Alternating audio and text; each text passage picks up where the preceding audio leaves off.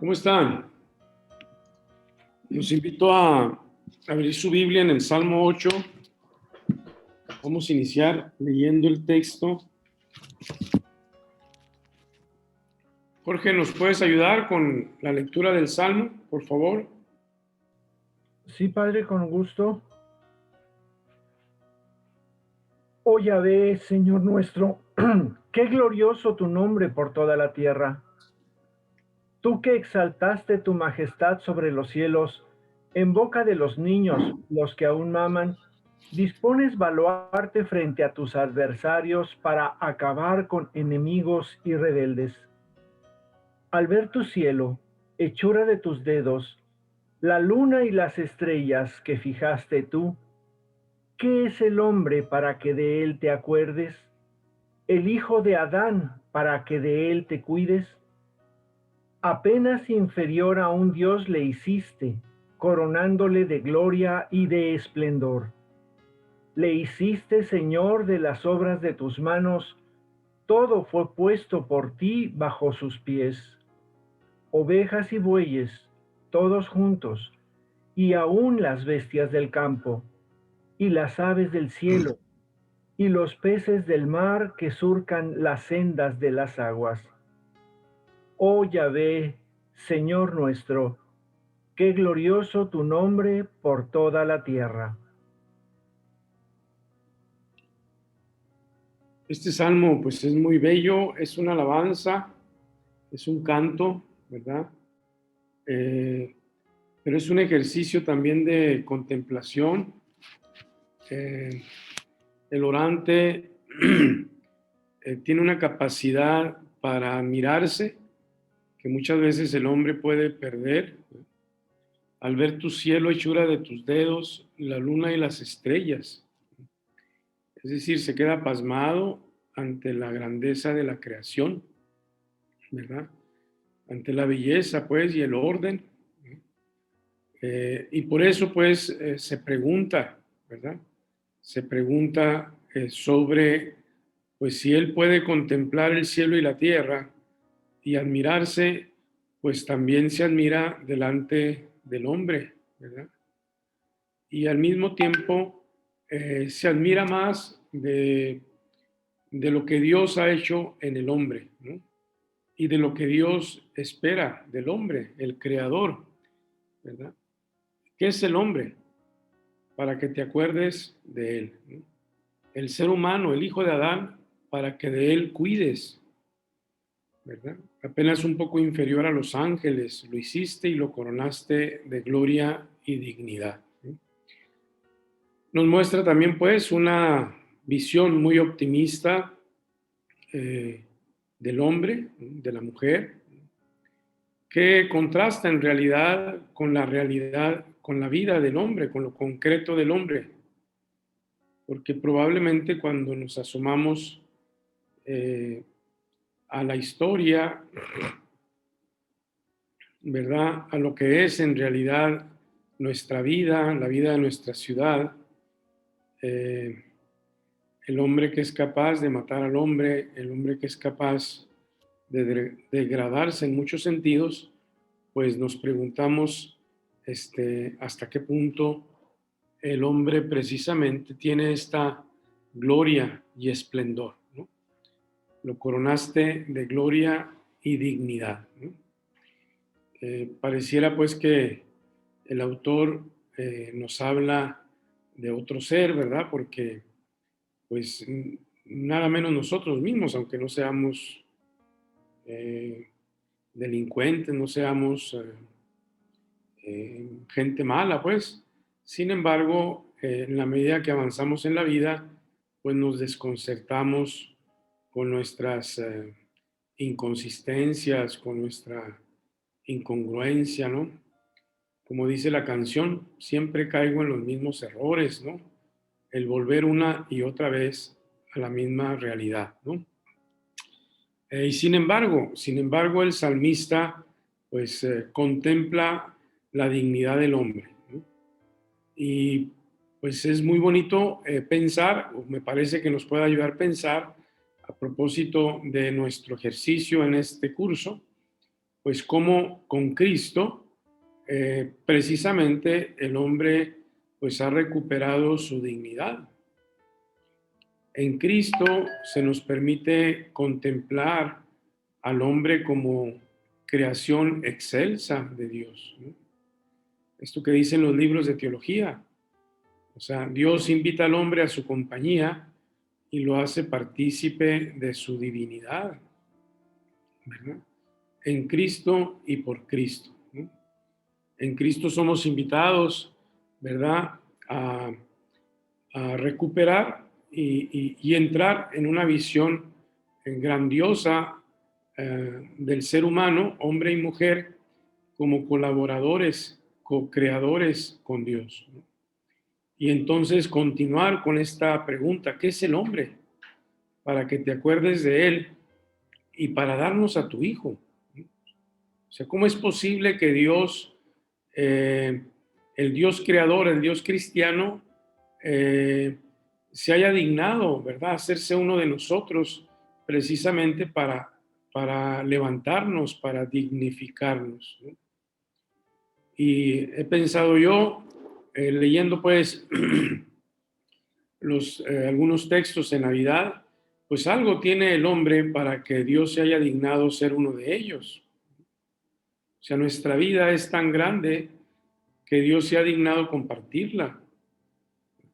O Dios nos ha creado para cosas mayores, que Dios se ha dignado hacerse uno de nosotros en su Hijo Jesucristo para reconducirnos a Él, ¿verdad? Me parece que esto pues es importante tenerlo presente, prolongando el misterio de Navidad que hemos celebrado. El próximo martes ya es febrero, 2 de febrero, y es la fiesta de la presentación del niño Jesús, ¿verdad? Y ahí cantamos y recordamos la oración del anciano Simeón. Ahora puedes dejar a tu siervo irse en paz, porque mis ojos han visto a tu Salvador. Entonces, pues este salmo nos invita a entrar en esta visión, ¿verdad? No solamente, o sea, del Hijo de Dios podemos preguntarnos. Me ha ayudado esta semana, ¿verdad?, a preguntarme, bueno, ¿y qué es el hombre para que Dios se haya dignado hacerse uno de nosotros, ¿verdad? ¿Qué es el hombre? ¿Qué somos nosotros? Y no solamente hacerse uno de nosotros, sino precisamente recordarnos lo que somos y lo que estamos llamados a vivir, ¿verdad? La carta a los Hebreos, pues es un texto que nos ayuda mucho. El autor ha meditado mucho este salmo, especialmente ciertos versos, precisamente contemplando a Cristo, ¿no? Contemplando a Cristo, que dice: ahora todavía no lo vemos al hombre coronado de gloria y esplendor, pero es algo pues que lo tenemos presente ahí en el horizonte, ¿verdad? En ese sentido, si me permiten, ya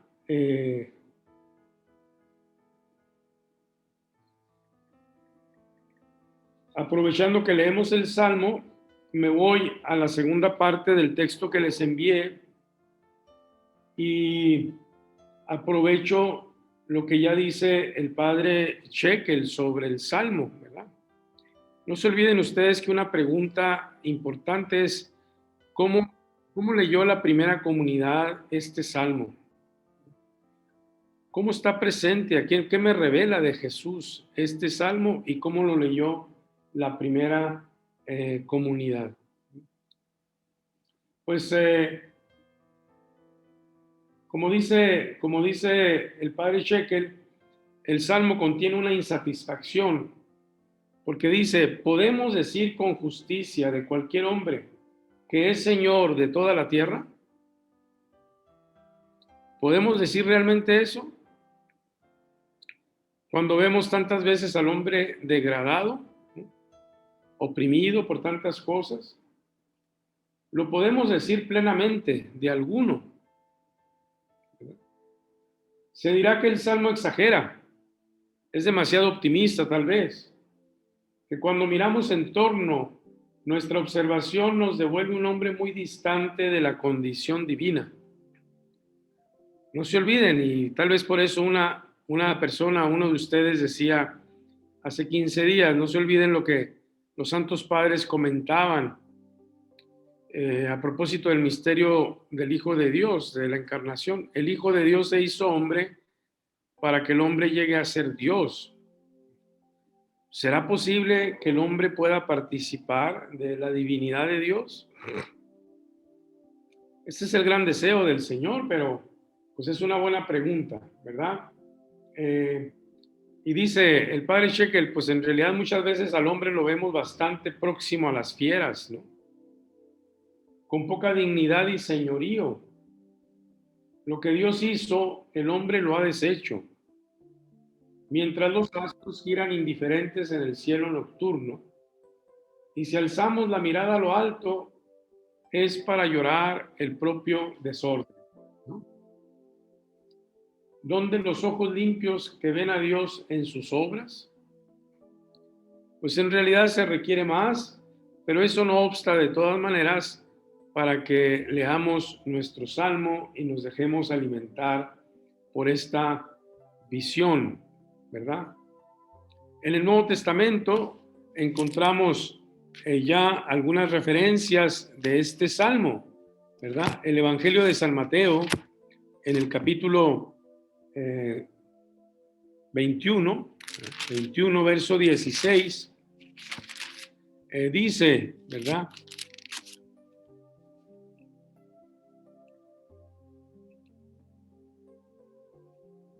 Es en el contexto de la expulsión de los vendedores del templo.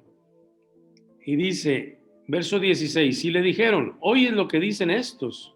Sí, les dice Jesús, ¿no habéis leído nunca que de la boca de los niños y de los que aún maman te preparaste alabanza? ¿Verdad? Precisamente lo que dice el versito 3 del Salmo 8, ¿verdad? Estamos en un clima polémico y se hace resaltar la oposición entre la espontánea alabanza infantil y la indignación de los sacerdotes y letrados. De todas maneras, el autor pone en boca de Jesús este salmo, ¿verdad? Y se da, como dice aquí, se da un corrimiento de sentido. Lo que el salmo dice de Dios, Mateo lo refiere al hijo de David, y el puesto de los rebeldes lo ocupan las autoridades judías. Pero es Hebreos 2, que yo los invito a leer con atención, la carta a los Hebreos, capítulo 2, versos 5, ¿verdad? Al 8. El capítulo primero y el capítulo 2 de la carta a los Hebreos, ustedes se van a sorprender si tienen la Biblia de Jerusalén. Aprovechamos las citas bibliográficas marginales o incluso la otra Biblia latinoamericana, ¿no? Porque es una lectura del misterio de Jesús a la luz de los salmos, básicamente, ¿verdad? Y entonces los versos 5 al 8 del capítulo 2 en carta a los Hebreos dice, precisamente haciendo una relectura de este texto, ¿verdad?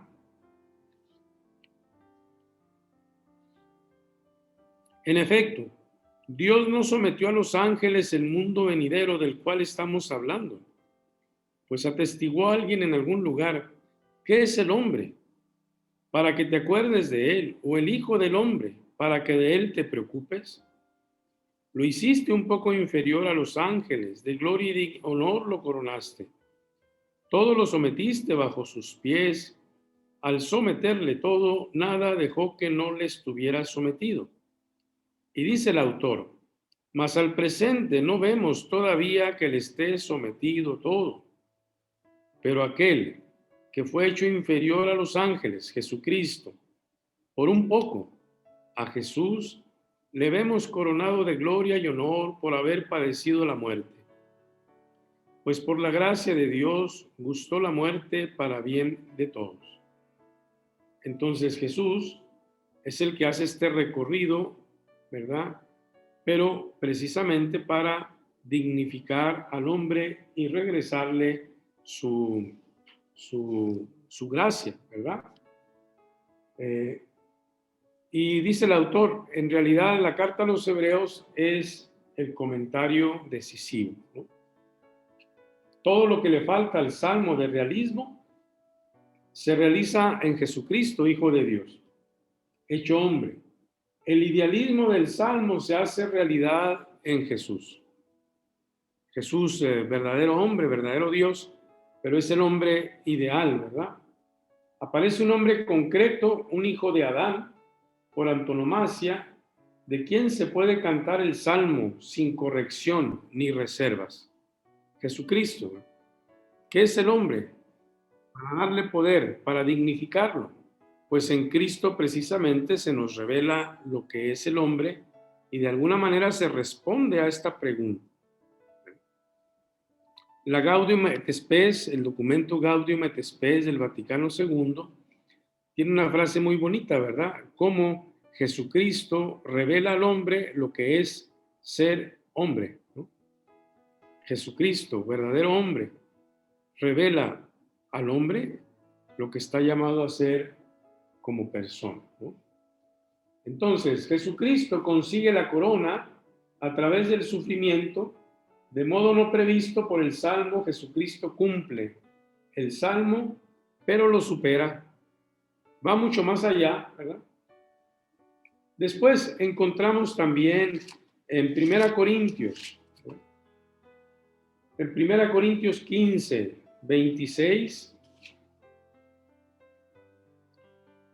es interesante porque bueno, pues vemos que a veces el autor aprovecha 2, 3 versos.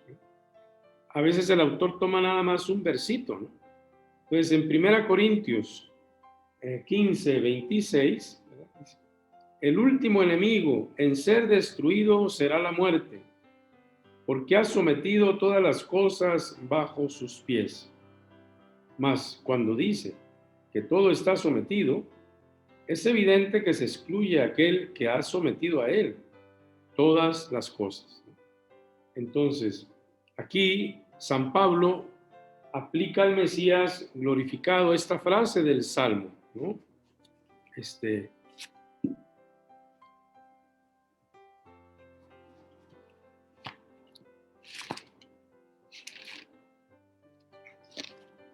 Entonces, ha sometido sobre el último, ¿verdad? En ser destruido será la muerte, porque ha sometido todas las cosas bajo sus pies. El Salmo, pues, entra así en contexto escatológico.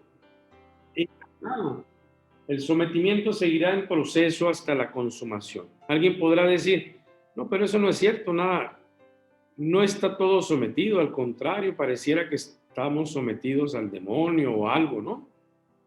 No, es un proceso, ¿verdad? Llegará un tiempo en donde realmente todo será sometido, todo será Dios en Dios, ¿verdad? Otros textos no son cita directa, pero sirven de ilustración, tienen como trasfondo este salmo. Bueno, es interesante entonces aquí la gran pregunta que nos hacemos es cómo lee la primera comunidad el misterio de Jesús a la luz del Salmo. Entonces el evangelista Mateo pone en boca de Jesús, ¿verdad? Y lo hace en un contexto polémico, especialmente porque es el contexto de la expulsión de los vendedores del templo. Tal vez el texto que más nos puede ilustrar es la carta a los Hebreos, que sugiero lean ustedes con atención capítulo 1, capítulo 2. En la carta a los Hebreos, especialmente el capítulo 2, pues vemos cómo el autor medita el misterio de Jesús a la luz de este salmo, adjudicando a Jesús precisamente lo que dice, ¿qué es el hombre? Y a mí, pues, insisto, me ayuda mucho pensar, ¿verdad? Bueno, ¿y qué es el hombre? ¿Qué somos nosotros para que el Hijo de Dios se haya dignado asumir nuestra condición, ¿verdad? Bien, basándonos en estos datos explícitos del Nuevo Testamento, podemos también sugerir, dice el padre Shekel, algunas prolongaciones para una lectura o meditación cristiana. Cristo realiza el sentido del Salmo en su encarnación y lleva plenitud a la humanidad como hombre adulto. Esta pregunta que yo les lanzaba desde un principio, ¿no? O sea, el sentido último es precisamente, ¿qué es el hombre? Pues es el Hijo de Dios. Es hijo llamado a ser hijo en el Hijo mayor. Es la criatura excelsa de la creación. Y por eso Dios no ha querido abandonarlo a su suerte. Entonces, el texto leído a la luz del misterio de Jesús nos da una perspectiva más profunda, ¿no? Cristo lleva plenitud a la humanidad como hombre adulto, como hijo de Adán por antonomasia e imagen plenaria de Dios. Al mismo tiempo, conserva siempre la originalidad y espontaneidad infantil, ¿verdad? Como dice muy bellamente el texto. Por boca de chiquillos, de niños de pecho, cimentas un baluarte frente a tus adversarios para acabar con enemigos y rebeldes, ¿no? En brazos de María se nos presenta Jesús como hijo de la humanidad, nacido de mujer, nuevo descubridor del mundo hecho por él y para él. Esa actitud de sencillez de Jesús, de pasmo y alabanza, la conserva toda la vida. O sea, es como si el autor sagrado pusiera en labios de Jesús esta alabanza, ¿no? En él no hay nada de rebelión ni hostilidad porque acepta plenamente el designio del Padre, ¿no? Al formar parte de la familia humana, nos enseña la filiación, que es como una infancia espiritual. Por eso Jesús nos insiste, el que no se vuelva niño no entrará al reino de los cielos. El cristiano, al recibir el espíritu de filiación, participa de la auténtica dignidad del hombre, supera la rebeldía y se une al coro de la alabanza. La pregunta del Salmo recibe entonces una nueva respuesta. ¿Qué es el hombre? Es el hermano menor y la imagen de Jesucristo, por quien el Padre se acuerda y se ocupa de él. Lo que hemos insinuado pues ya desde el principio. Algo ha de haber en el hombre que lo hace a Dios preocuparse y entrar en este proceso de encarnación. Por eso San Pablo en su carta a los Corintios dice, hemos sido comprados a un alto precio. ¿Verdad? Porque pues algo ha de haber en nosotros que nosotros no alcanzamos ni siquiera a vislumbrar, porque si me permiten la expresión, pues somos unos cabezones, nos olvidamos de la dignidad primera, ¿verdad? Entonces, hay algo en el hombre, y me refiero en cada uno de nosotros, que ha hecho que Dios se preocupe, pero de tal manera que nos ha dado a su Hijo Jesucristo para ayudarnos a vivir a plenitud lo que Él pensó desde un principio para nosotros. Y eso pues lo meditamos a la luz del Génesis, ¿verdad? Imagen y semejanza. Administrador de los bienes de Dios, administrador de la creación, etc. Imagen y semejanza. Por eso decía un santo, no recuerdo ahorita, que si tomáramos conciencia de nuestro pecado, de nuestra desobediencia, moriríamos de dolor, o sea, al ver esa contradicción, ¿verdad? ¿Por qué? Porque cuando alcanzamos a captar esa eh, esa vocación hacia donde Dios nos llama y lo lejos que estamos, pues entonces logramos descubrir la grandeza y riqueza de nuestro ser, ¿verdad? Pero entonces, con el autor, con el padre Shekel, respondemos, ¿qué es el hombre entonces, finalmente? Repito, ¿verdad? Bueno, es el hermano menor, Jesús es el hermano mayor. La imagen de Jesucristo, por quien el Padre se acuerda y se ocupa de él. La respuesta nos encara con el enigma y el misterio. ¿Qué es el hijo de Adán? Es un hijo de Dios. Un hijo de Dios. Y que esto pues nos ayude a tomar conciencia de cuánto hemos de trabajar todavía para alcanzar, ¿verdad? No solamente una respuesta intelectual, ¿qué es el hombre? Sino existencial, ¿verdad?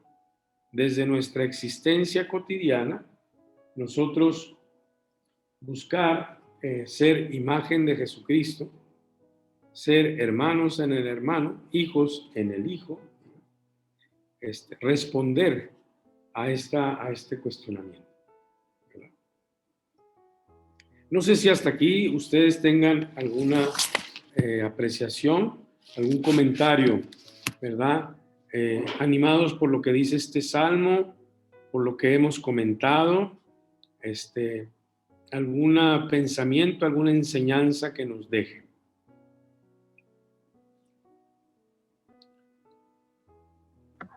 Oiga, padre, ¿por qué el Papa Pablo VI entregó este salmo a los primeros hombres que pisaron la luna? Pues será bueno que también tú trates de responder a esa pregunta. Pues ya, de acuerdo a lo que usted nos dice, pues es por la grandeza del hombre, porque le entregó todo, o sea, pues le entregó todo su ser, toda la naturaleza, el mar, la tierra, le entregó los seres, los animales, por eso, no por su grandeza. Honestamente, bueno, vale la pena buscar una respuesta más puntual, pero por una parte recuerden ustedes pues que fue histórico ese acontecimiento, el hecho de que el hombre pusiera sus pies en la luna. Yo creo que no recuerdo si ellos, estos astronautas, o previo a ellos, precisamente un comentario de Louis Armstrong, que era uno de los protagonistas en esta aventura, comentan que mirando de lejos la Tierra, pues descubren cuán pequeño es el hombre, ¿no? Y al mismo tiempo cuán grande es. El Salmo dice, al ver tu cielo, hechura de tus dedos, la luna y las estrellas que has creado, la luna y las estrellas. Entonces el hombre va a la luna, pone su pie, sobre la luna. Entonces yo creo que ahí puede ser, Claudia, puede ser dos, se me ocurre, ¿verdad? Por una parte, es el hombre que se siente criatura, ¿verdad? Uh-huh. Pero al mismo tiempo, el hombre que se siente no solamente criatura, sino hechura de las manos de Dios e invitado a contemplar el universo, la grandeza del universo y hacer resaltar la creación, no solamente en los astros, en la luna, sino en él mismo, ¿no? Podría ser también que el hombre se revela gigante y divino en ese momento, ¿no? Al pisar la tierra, o sea... Es una bonita manera, como lo has dicho, Claudia, gigante y divino, ¿no? Imagen, ¿verdad? Y semejanza, ¿no?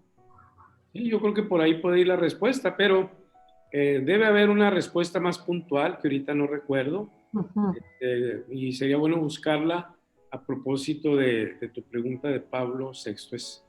Pero es un momento también muy bello, ¿no? Porque en ese contexto, leer el Salmo, pues aún con la grandeza del astronauta, lo gigante y divino, sin embargo, el hombre también no deja de ser criatura, ¿no? Uh-huh. Gracias. Gracias, gracias. Muy bonita pregunta, muy buena pregunta, sí. Padre, Sí, bueno, a mí este salmo lo que siempre me ha dicho es que siempre hay una oportunidad o una manera o de redención. Y esa redención, pues es a costa de mucho sufrimiento, dependiendo de la condición humana, dependiendo de qué tan terrible sea esa depresión, esa condición en que se encuentra el ser humano. Siempre hay una luz, siempre podemos elevarnos por encima de cualquier sufrimiento, de cualquier problema terrible que tengamos, pues somos dignos somos gente, somos hombres que Dios nos ha revestido de dignidad.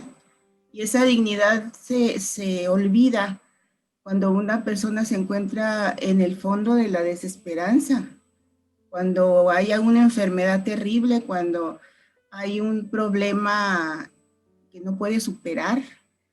Entonces, esto me dice que siempre hay una manera de salir y una manera de redención que va a ser a costa de sufrimiento, dependiendo de qué es lo que nos está pasando, ¿verdad? Pero siempre podemos elevarnos por encima de esa condición que nos aqueja, ¿verdad? pues sí, siempre podemos elevarnos o siempre hay una salida, lo importante, por eso también, pues muy bonito y muy profundo, ¿qué es el hombre? Pero para responder a esa pregunta, al menos el cristianismo nos hace entrar en la contemplación y comprensión del misterio de Jesús para que lleguemos a comprender más lo que es el hombre. Es el hombre que Dios nos dio a su Hijo para que podamos aprender a ser hombres a semejanza de Dios, imagen y semejanza, ¿no? Gigante y divino, como lo decía ahorita Claudia, ¿no? Entonces es importante eso, ¿no? Hay que leer y releer este texto porque nos recuerda nuestra gran dignidad, ¿no? La grandeza, ¿no? Pero también nos invita a dar cuenta de esta dignidad, ¿no? Y pues me parece que estamos en el punto, ustedes que han recibido tanto y uno como sacerdote, pues desde aquí releer todavía nuestras inconsistencias, ¿no? Nuestras inconsistencias, o sea, porque estamos llamados a hacer más, ¿no? Claro. Si hemos alcanzado algunas metas, estamos llamados a hacer más, ¿no? Estamos llamados a asemejarnos al Hijo, ¿no? A ser hijos en el Hijo, a ser hermanos, ¿no? Alcanzar la estatura de Cristo, etcétera, ¿no? ¿Alguien más quisiera compartirnos?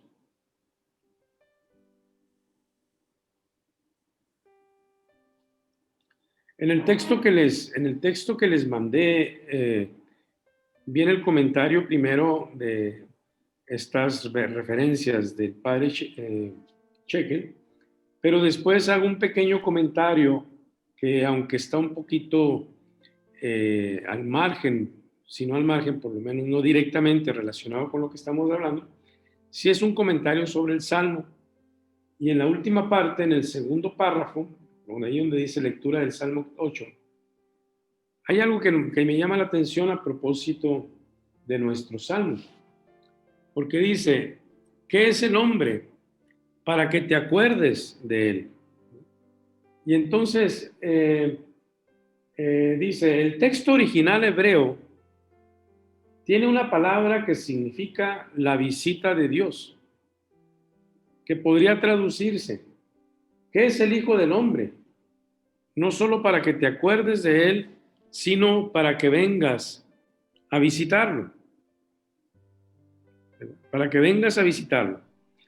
Tiene pues ahí más sentido directo lo que yo les sugería antes, ¿no? O sea, para que vengas a visitarlo en tu Hijo Jesucristo, ¿no? Para que vengas a visitarlo. Con estas dos expresiones, ¿no? El acordarse de Dios y el visitarlo, el autor del Salmo hace un poco de memoria de toda la historia de la salvación. Dios se acuerda de su pueblo, dice el Éxodo, de las promesas. Como dice la Virgen en el canto del Magnificat, ha acogido a Israel su siervo, acordándose de su misericordia. ¿Verdad? Dice un salmo, acuérdate de tu amor y de tu misericordia, Señor. ¿No? O como dice Zacarías en su canto del Benedictus, ha redimido a Israel, ha visitado a su pueblo. Por lo tanto, el orante, David, y el hombre que reza con este salmo, frente a la inmensidad de la obra de Dios, que por un momento le ha hecho olvidarse de sí mismo, se da cuenta de que es muy amado. Descubre que en este gran universo es objeto de una cuidadosa predilección. Siente que la historia de la salvación está actuando en él. Esta historia de salvación que se realiza porque Dios no se olvida de sus promesas. Bonito, ¿verdad? O sea, Dios está siempre ahí, atento y no se olvida de sus promesas, ¿no?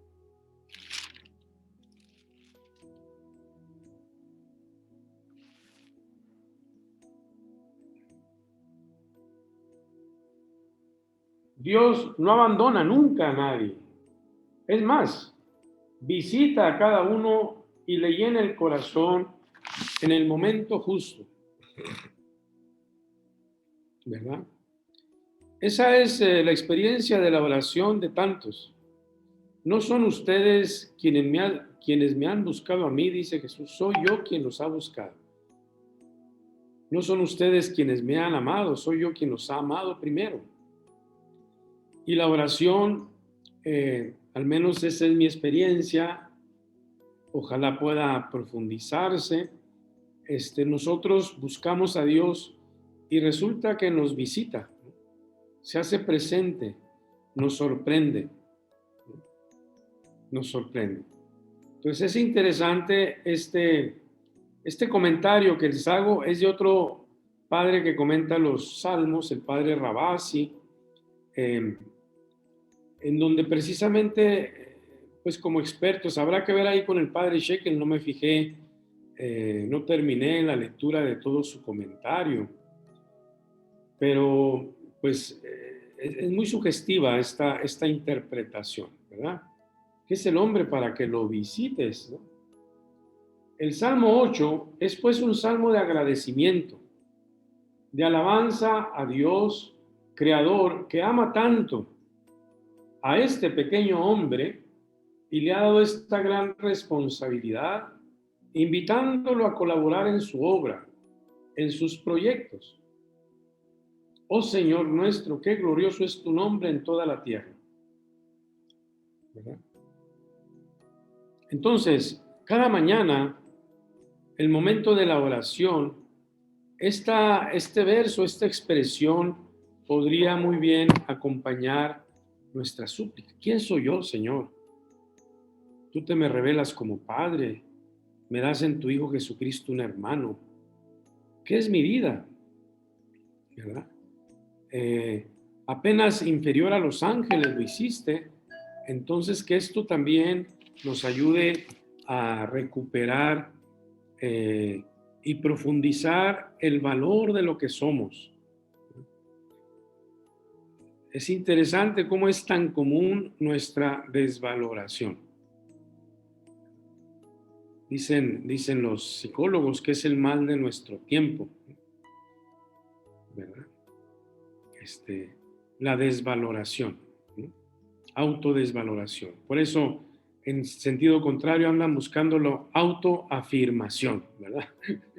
Entonces, pues yo creo que con toda la seriedad que pueda hacer un planteamiento de esos, sin embargo, pues en Dios que nos visita, que se hace uno de nosotros, que nos da a su Hijo Jesucristo, para poder captar con mayor hondura lo que es el hombre, lo que somos, hombre y mujer, que en él podamos encontrar precisamente el sentido profundo de la riqueza de nuestro ser. No tenemos que envidiar nada a nadie, ni esperar ser más. Basta que seamos lo que somos, lo que estamos llamados a ser, cada quien con su identidad, para poder realizar, ¿verdad?, esto que el salmista. Aquí tenemos una pieza de antropología muy profunda que tenemos que seguir profundizando, ¿verdad? Que este tiempo particular de pandemia que vivimos nos ayude a recordar que somos criaturas, sí, ¿verdad?, frágiles, vulnerables, pero amados por Dios, Creador y Señor nuestro, colaboradores en su obra. Cada mañana, como dice la canción de Jesús Adrián, ¿verdad? Cada mañana al despertar, ¿verdad?, podemos entonces nosotros no solamente dar gracias a Dios, no solo plantear nuestra necesidad, sino tal vez arriesgarnos a decir, ¿cómo, Señor, por la grandeza que has depositado en mí, puedo colaborar hoy en tu obra?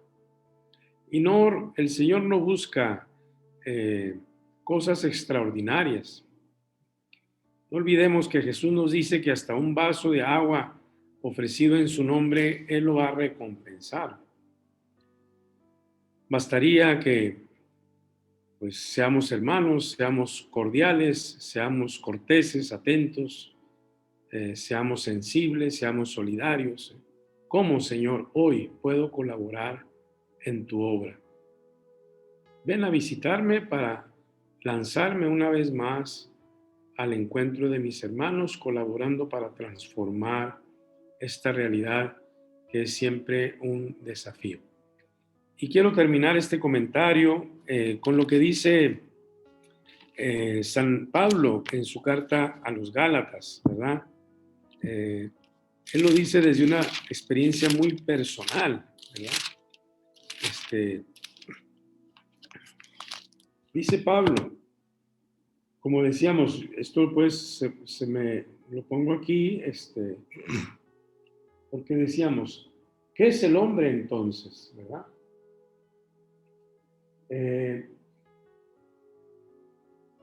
Somos criaturas frágiles, vulnerables, sí, pero amados por Dios Creador y Señor nuestro.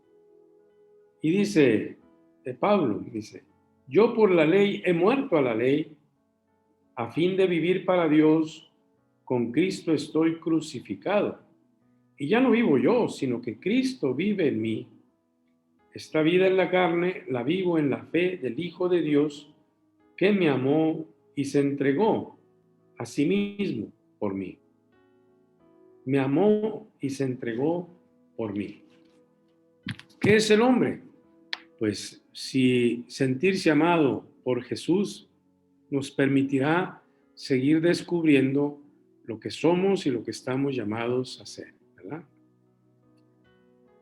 Vamos a hacer una pequeña pausa. Miren, yo olvidé comentarles, o más bien olvidé, que tengo primeras comuniones hoy. Entonces a las 11 empiezan a llegar las personas, aunque la misa es a partir de las 11:30.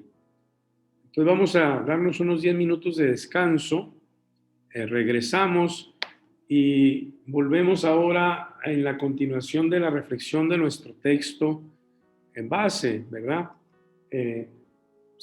Vamos a seguir profundizando cómo la primera comunidad fue reflexionando en torno al misterio de Jesús. Ya lo hemos visto con la ayuda del Padre Chequel a propósito de Mateo y Hebreos del Salmo 8. Pero nos volvemos ahora a nuestro texto base para seguir profundizando en este tema, ¿verdad? Vamos pues a darnos un receso. Bueno, muy bien, entonces vamos a volver a nuestro tema con esa pregunta que yo quiero que se quede resonando cómo la primera comunidad fue reflexionando en torno al misterio de Jesús. Miren, aunque San Pablo nos queda muy grande, sin embargo, hay algo que nos acerca mucho a él, así como a la primera comunidad. San Pablo no conoció a Jesús, al Jesús histórico. Es verdad que fue bendecido con una revelación, pero no conoció a Jesús, lo conoció por la tradición de los apóstoles y por una revelación. Y la primera comunidad creyente, en su mayoría, no conocieron a Jesús. Y lo fueron conociendo por la tradición recibida y por la lectura de las Escrituras. Entonces, eso nos acerca mucho a San Pablo y nos acerca muchísimo más a la primera comunidad que, sin conocer a Jesús, pero llena de fe, buscó comprender el misterio a la luz de las Escrituras, cosa que nosotros intentamos hacer. Pero es importante, como dice el texto aquel que leímos de Lucas 24, comenzando por Moisés, pasando por los profetas, les fue explicando.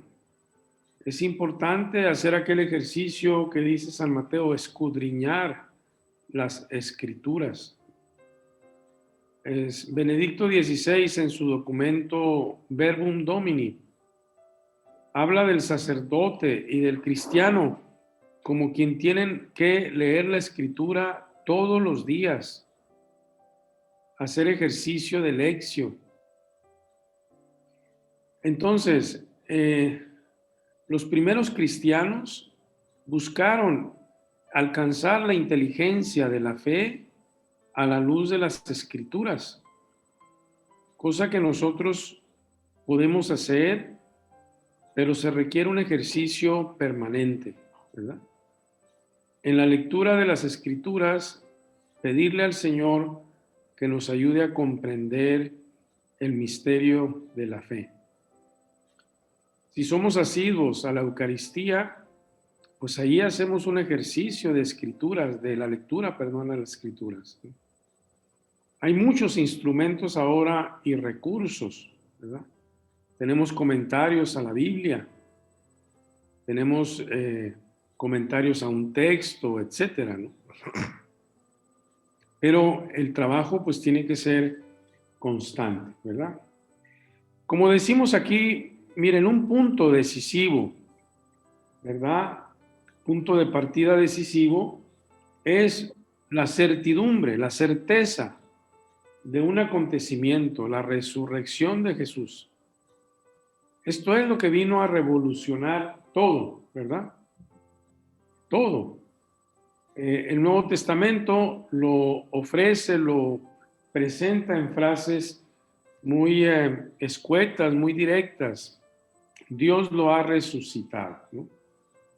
O también cuando dice Pablo, si tus labios profesan que Jesús es Señor y crees de corazón que Dios lo resucitó, te salvarás. Hay dos acontecimientos en la Biblia que son los que fundan, digamos, el camino de la fe. En el Antiguo Testamento, el Éxodo, Pascua. Si ustedes quitan este acontecimiento del Antiguo Testamento, pues básicamente quitamos la columna vertebral.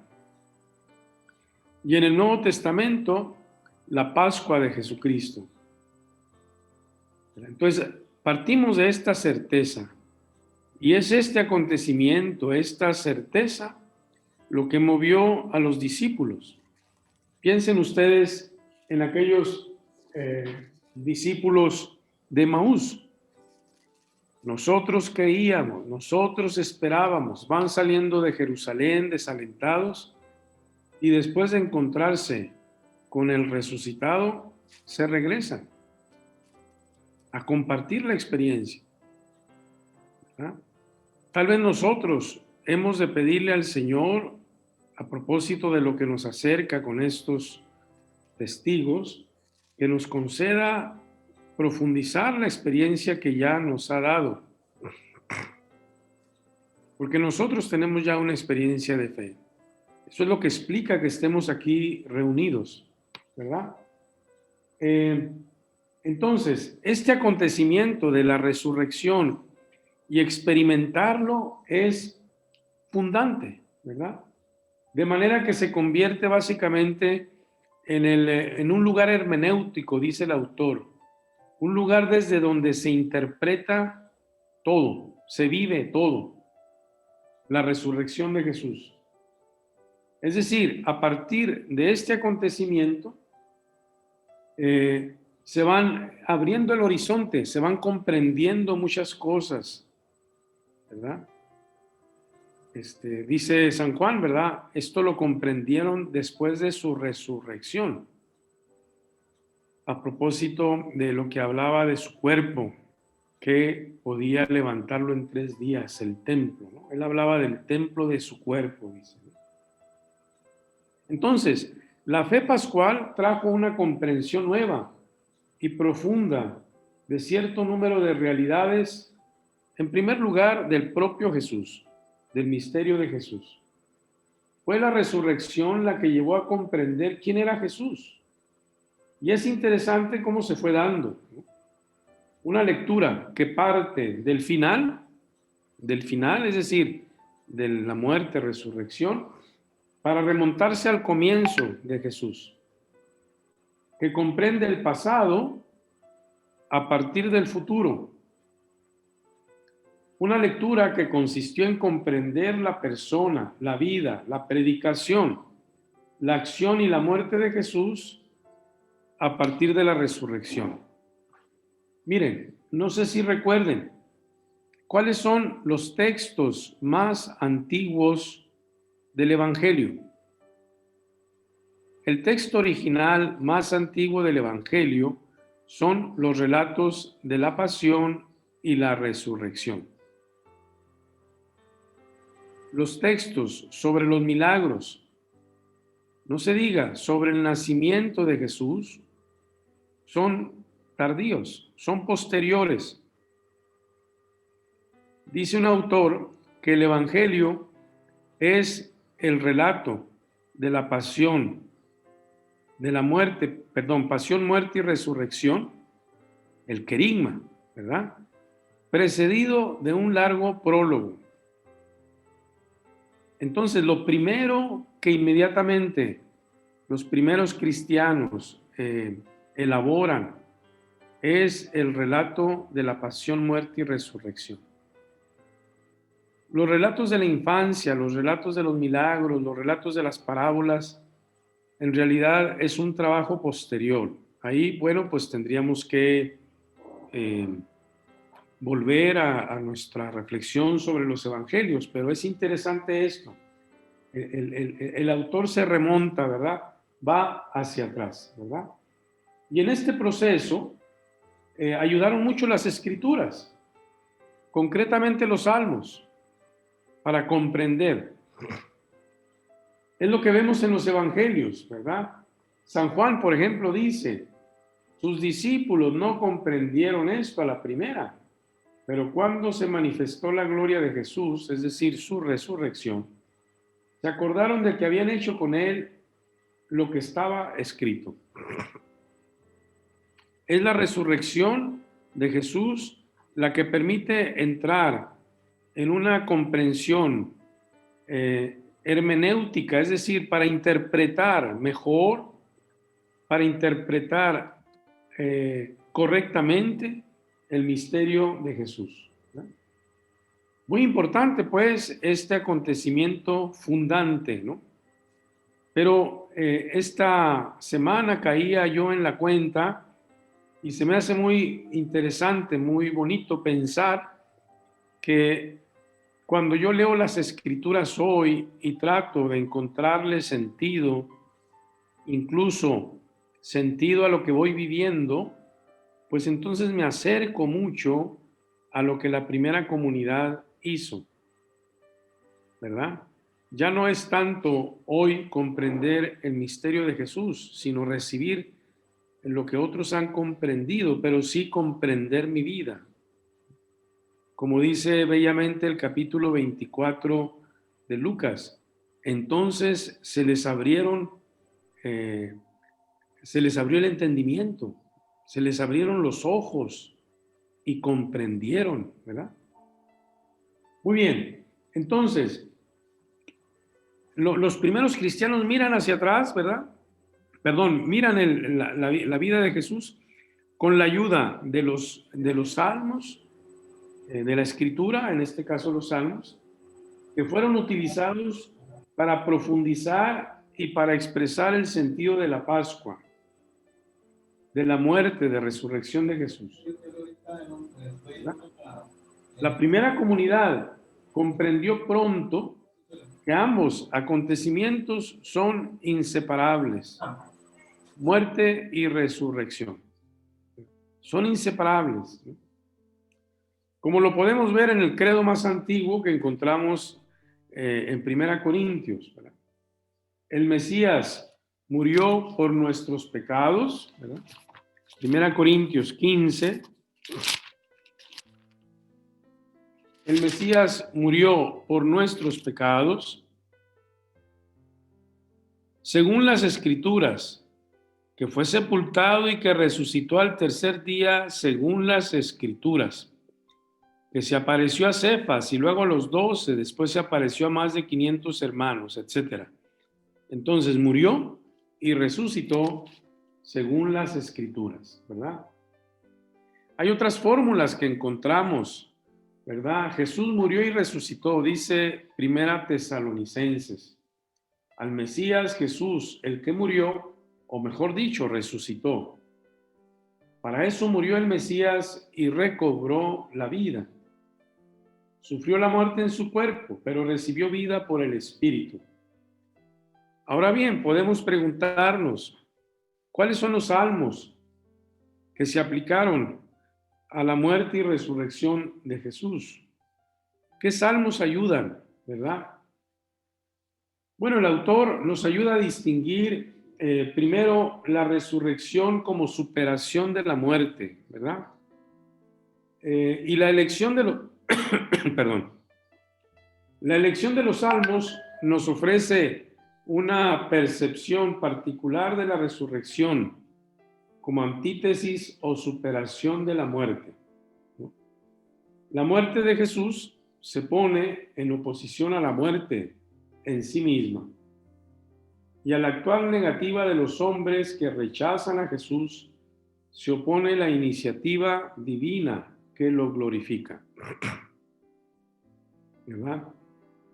Entonces, un salmo muy querido es el Salmo 16. Es un salmo muy bonito que ya hemos meditado. Si gustan pasar a su Biblia en el Salmo 16. No lo leemos todo, ¿verdad? La primera comunidad lo utiliza, lo vemos en Hechos 2:24. Y Pedro, ¿verdad? Hace referencia a 4 versos del Salmo, especialmente el verso 10 del Salmo 16, ¿no? Y lo dice, ¿verdad? Bueno, el texto es muy bello porque dice, Yahvé es la parte de mi herencia y de mi copa.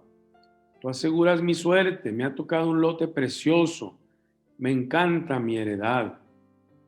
Bendigo a Yahvé que me aconseja, aún de noche me instruye la conciencia.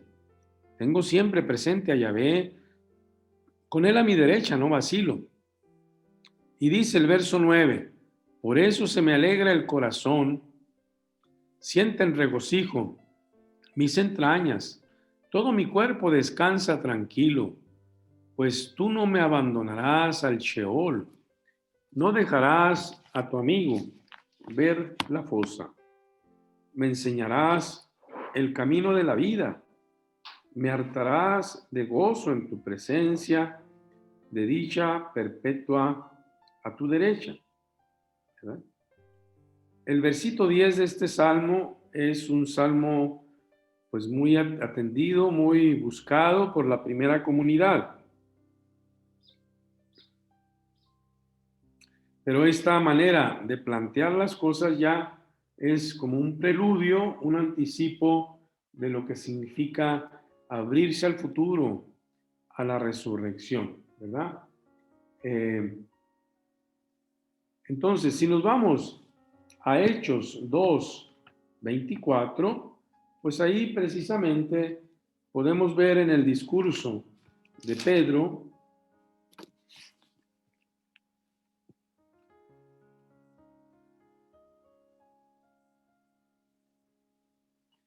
es la traducción. Hay que notar pues que una es la versión hebrea y otra es la versión griega. Pero es interesante eso para complementarlos, ¿verdad? Dice 2:24, a este, se está hablando de Jesús, Dios lo resucitó, librándole de los lazos del Hades, del Sheol, pues no era posible que lo retuviera bajo su dominio. Porque David dice, refiriéndose a él, veía constantemente al Señor delante de mí, puesto que está a mi derecha para que no vacile. Por eso se ha alegrado mi corazón y alborozado mi lengua, y hasta mi carne reposará en la esperanza, de que no abandonarás mi alma en el Hades, ni permitirás que tu santo experimente la corrupción. ¿Verdad? ¿De quién está hablando aquí? Bueno, pues este salmo se le adjudica pues tu santo, ¿verdad? Y dice el autor, pues no estamos hablando aquí de David, porque sabemos David dónde murió y incluso conocemos el sepulcro, pero sí está hablando de David en su descendencia, y su descendencia pues es Jesús, ¿verdad? Entonces, el Salmo 16 que se confronta, lo relacionamos con Hechos 2:24. El Salmo 16 vuelve a citarse ahí mismo en Hechos 13:35, ¿verdad? Y dice, por eso, dice también en otro lugar, no permitirás que tu santo experimente la corrupción. Hechos 13:35, ¿no? Esta cita es parte de una homilía, que es el lugar privilegiado de la actualización de la Escritura. Es una homilía que pronuncia Pablo en la sinagoga de Antioquía, acabada la lectura de la ley y los profetas, ¿verdad? De nuevo se invoca el verso 10 en favor de la resurrección de Jesús. Y la argumentación es la misma del capítulo 2 que acabamos de leer, aunque sus elementos no se manejen exactamente de la misma manera. En el verso 37, Pablo recuerda que este verso no se aplica a David, ¿verdad? Sino se aplica pues a aquel que procede de David, ¿no? Entonces la resurrección se sitúa en contraste con la muerte considerada como negativa, como descomposición, como aniquilamiento, ¿verdad? No dejaste que tu santo experimentara la corrupción, la muerte. Y aquí se está hablando, según la primera comunidad, del mismo Jesús. Otro texto muy querido es lo que aparece en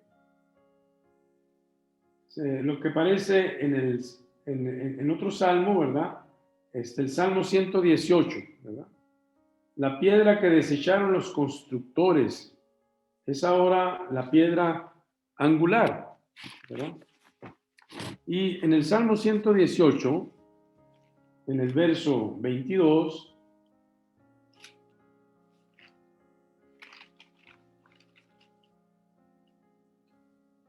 precisamente dice, la piedra que desecharon los albañiles se ha convertido en la piedra angular. Esto ha sido obra de Yahvé, nos ha parecido un milagro, ¿verdad?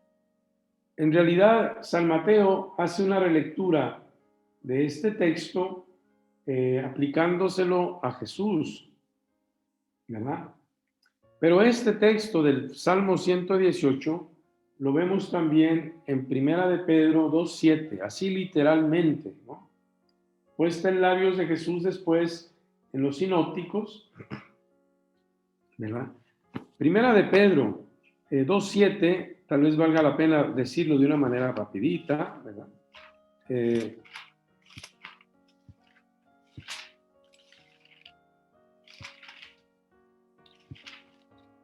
2:7, Primera de Pedro, dice,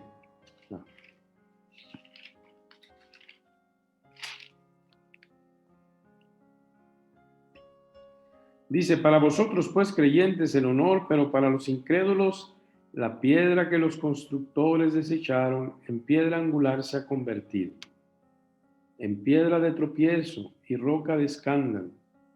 Tropiezan en ella porque no creen en la palabra, para esto han sido destinados. ¿Quién es la piedra de cimiento, la piedra angular? Cristo, ¿no?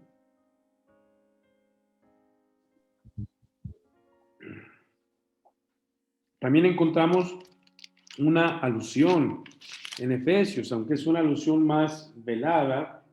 En Efesios 2:20 dice, edificados sobre el cimiento de los apóstoles y profetas, siendo la piedra angular Cristo mismo, ¿verdad? Entonces, la actitud negativa de los hombres ante Jesús se lee en esta perspectiva, ¿verdad? El rechazo que Jesús vivió, y no nos sorprendamos, ¿verdad? Fíjense ustedes cómo el Evangelio de Marcos que leemos en este año, pues nos ayuda precisamente a captar cómo Jesús, aunque al principio entusiasma mucho a la gente, progresivamente Jesús va siendo rechazado. El capítulo 1 al 3, al 4, aunque ya en el 3 aparece que se empiezan a organizar para deshacerse de él, los fariseos y escribas, pues nos dice que la gente casi lo aplasta. La gente está muy cercana a él, pero progresivamente lo van dejando solo, no se diga después del capítulo 8, ¿verdad? La actitud esta negativa respecto a Jesús de parte de los hombres la encontramos también en Hechos 4:25, ¿verdad? La piedra rechazada por los constructores, pues resulta ser ahora la piedra principal, la piedra angular. Hechos 4:25 dice, estamos con Pedro y Juan ante el Sanedrín y dicen, una vez libres, vinieron a los suyos y les contaron todo lo que les habían dicho los sumos sacerdotes. El verso 24, al oírlo todos a una elevaron su voz a Dios y dijeron, Señor, tú hiciste el cielo y la tierra, el mar y todo lo que hay en ellos. Tú dijiste por el Espíritu Santo, por boca de nuestro padre David, tu siervo. ¿Por qué se agitan las naciones y los pueblos maquinan vanos proyectos? Se han congregado los reyes de la tierra y los jefes se han aliado contra el Señor y contra su ungido. Porque verdaderamente en esta ciudad se han aliado Herodes y Poncio Pilato con las naciones y los pueblos de Israel contra tu santo siervo Jesús, a quien has ungido, ¿verdad? Entonces, de alguna manera, se hace referencia en la oración de la comunidad. Pero esta vez, pues como vemos, se hace con la ayuda del Salmo 2, lo comentamos la semana pasada. Recordemos que este pasaje recién leído habla de una conspiración de las naciones, como dice aquí. Aquí En cambio, esa conspiración, la comunidad la lee a la luz de Herodes y Poncio Pilato, ¿verdad? Padre, Sí. eso de la piedra angular en Hechos 4 está en el versículo 11, según la referencia que tengo aquí en la Biblia. En Hechos 4:11, ahí es donde hace referencia de lo de la piedra angular. Sí, es el texto que habíamos citado, pero nuestro autor nos dice que de alguna manera esta actitud de rechazo es educada en estos versos 24 y 25, si bien con la ayuda del Salmo 2, ¿verdad? O sea, literalmente, pues sí aparece en el verso 11, 4:11, que es el que habíamos referido hace un momento, pero el rechazo en cuanto tal, los autores o el autor sagrado lo lee a la luz del Salmo 2, que es al que habíamos citado la semana pasada, ¿verdad? Sí, gracias a usted. Entonces, bueno, también podemos acudir a Hebreos 2:12, ¿verdad? Que nos da una lectura también diferente, porque Hebreos 2:12 dice, bueno, aquí hace referencia al Salmo 22. El Salmo 22 es de los más conocidos por nosotros, porque inicia en la primera parte, es el justo sufriente, Dios mío, ¿por qué me has abandonado? ¿Verdad?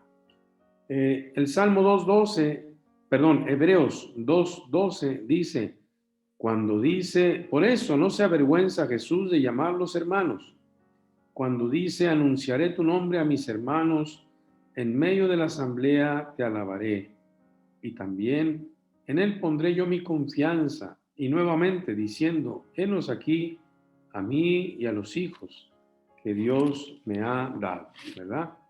Entonces el Salmo 22, que también es un salmo que podemos leer detenidamente, ¿verdad? Para ayudarnos a ver cómo la primera comunidad leyó este texto, ¿verdad? Leyó este texto y a la luz de este texto descubrió pues un retrato de Jesús, ¿verdad?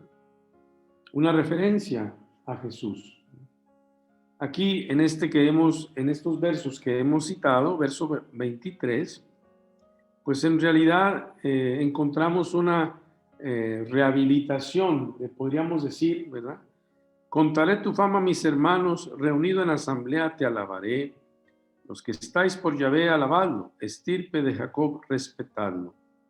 Temedlo, estirpe de Israel, que no desprecia ni le da asco la desgracia del desgraciado. Es muy bonito, bueno, les voy a sugerir que leamos el Salmo 22, para la semana próxima. Lo leamos detenidamente y ahí vamos a descubrir dos partes. La primera parte, pues es una parte muy dura, difícil. Encontramos a un hombre sufriente. Ya el momento como inicia, la manera como inicia nos dice tantas cosas. Dios mío, ¿por qué me has abandonado? Y el verso 7 que dice, soy gusano, no hombre, soy afrenta del vulgo, asco del pueblo.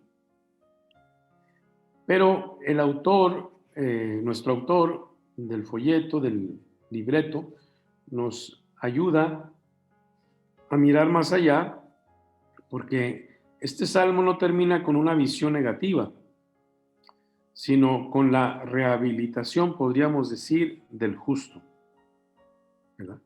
La rehabilitación. Entonces, pues llama la atención que no termina de esta manera negativa, ¿verdad? Entonces, Dios mediante, para la próxima semana, ¿verdad? Nos detenemos en el Salmo 22. Sirve que nos ayuda a profundizar, pues, en estas palabras del Señor. Hagan el esfuerzo, insisto, de leer el texto, el Salmo, de mirar las notas marginales bíblicas que nos reenvía constantemente al Nuevo Testamento y al Antiguo Testamento y ver cómo el Salmo fue leído por la comunidad cristiana, tratando de entender, como decíamos, ¿verdad? Y ¿qué nos revela? Decíamos las dos preguntas iniciales allá al arrancar nuestro curso. ¿Qué nos revela del misterio de Jesús? ¿Y qué nos ayuda a comprender de cómo la primera comunidad, leyó este texto? Bueno, yo les agradezco su comprensión. Vamos a terminar aquí para yo ir a preparar y empezar a atender cosas de la celebración de primeras comuniones. Tenemos 2 misas hoy aquí y queremos apresurarnos porque estos niños debieron haber hecho su primera comunión en junio, ¿verdad? Después las preparamos para noviembre, pero ya ven que a finales de octubre pues nos sorprendieron y cerramos de nuevo, ¿no? Entonces nos apresuramos. Si bien ya están anunciando con el semáforo amarillo, si bien ya están anunciando que viene el semáforo naranja, con función de amarillo. Bueno, yo la verdad ya me hicieron bolas estas autoridades, ¿verdad? Estamos en el color amarillo mostaza. Bueno, para mí la mostaza es amarilla, en realidad, no se diga los frascos, ¿verdad? Y pasamos al color naranja, con función de amarillo. Pues por favor, ayúdenme a entender, porque esto es un relajo ya con nuestras autoridades. Bueno, amigos, les mando un abrazo, que Dios les bendiga. El martes es 2 de febrero. No se olviden. Si es posible, atiendan la Eucaristía, sea vía Facebook, Zoom o como lo hagan en sus parroquias. Y si no, lean el texto, el canto de Simeón. Vamos a unirnos en la oración en este bonito día y pidiéndole a Dios, como el anciano Simeón, que nos ayude a decir, ¿verdad? Ahora mis ojos han visto a tu Salvador, especialmente a la luz de tu palabra. Que Dios les bendiga, que tengan muy buen fin de semana.